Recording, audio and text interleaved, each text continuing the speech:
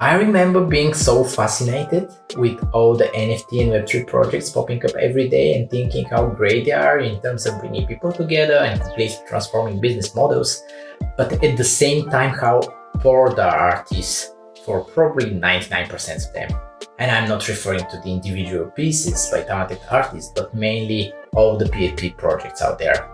I really wanted for us as a studio to create something outstanding in terms of concept and how this technology is utilized, but also in terms of level of design and creativity. I remember since I was a child, I've always been fascinated with the human mind and how different we are all, but at the same time, we are so similar in terms of archetypes. And the idea was born. Can we start visualizing the human mind? That was the question. The first idea for a name I had was Mint Minds, actually. And then a friend told me how wrong this might sound. So we decided, okay, we need to open their heads, so let's go with obvious open minds. The first season, the entrepreneur, these 77 pieces, have been through dozens of rounds of iterations and revisions. I was really obsessed with having something completely off the charts. I was like, it's gonna be deep, it's gonna be beautiful, but also mind-blowing, provoking, and even controversial sometimes. And I think we achieved that. Creating these 7 types of entrepreneurs, the 7 different archetypes of the first season, was actually not that difficult at all. As part of our job here at Pony, we meet with dozens of founders and entrepreneurs per year. And as someone super interested in psychology, I always try to identify their personality type.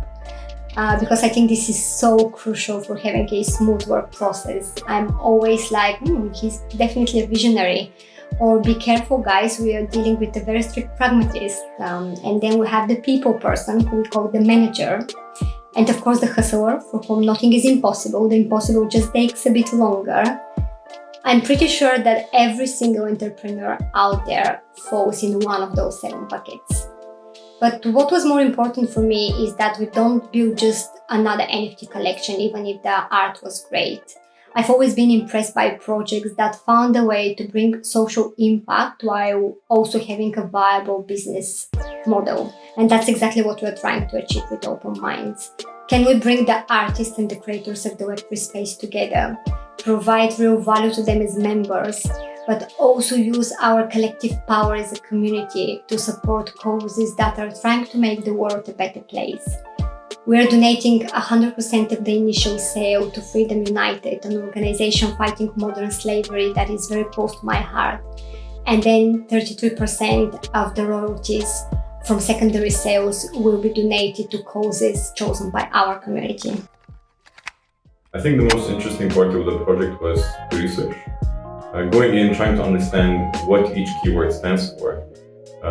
How can we make this translate visually was something that's very interesting. I think going about it not only in a modern sense, what does this word mean as we see now, but what it meant throughout the ages, was something that helped a lot in crafting the characters. Going about it and trying to understand the scientific, the philosophical background of each of the characters. I think this contributed a lot to how unique they are right now as characters. So yeah, once all the research was done, we worked on turning all the ideas that we had on paper into visual cues that would help us create concepts for each of the characters. And executing the concepts into 3D was a whole different task on its own, and it was just a really iterative process, and there was a lot of going back and forth between the sketches and the 3D models, and just trying to bring it all in together at the end. We used quite a lot of different techniques in 3D to bring all the characters to life, and I think a really good example of this is with the Visionary, where we used a lot of generative techniques to turn a really simple model into this really beautiful and intricate mind of the Visionary. Now, similarly with the Luminary, we use a particle system to generate this really complex natural forest within the mind of the Luminary, and it's just techniques like this that really helped us to spend more time on art direction than of the visuals rather than spending it on executing the visuals themselves. And we also put a lot of effort into the materials of the characters, especially with the skin. And I think that really helped to bring a lot of depth to some of the characters. I think a really good example of it is with the Hustler, of how we managed to give the Hustler a really earthly touch by using some displacement maps to bring out some really tiny details within the skin.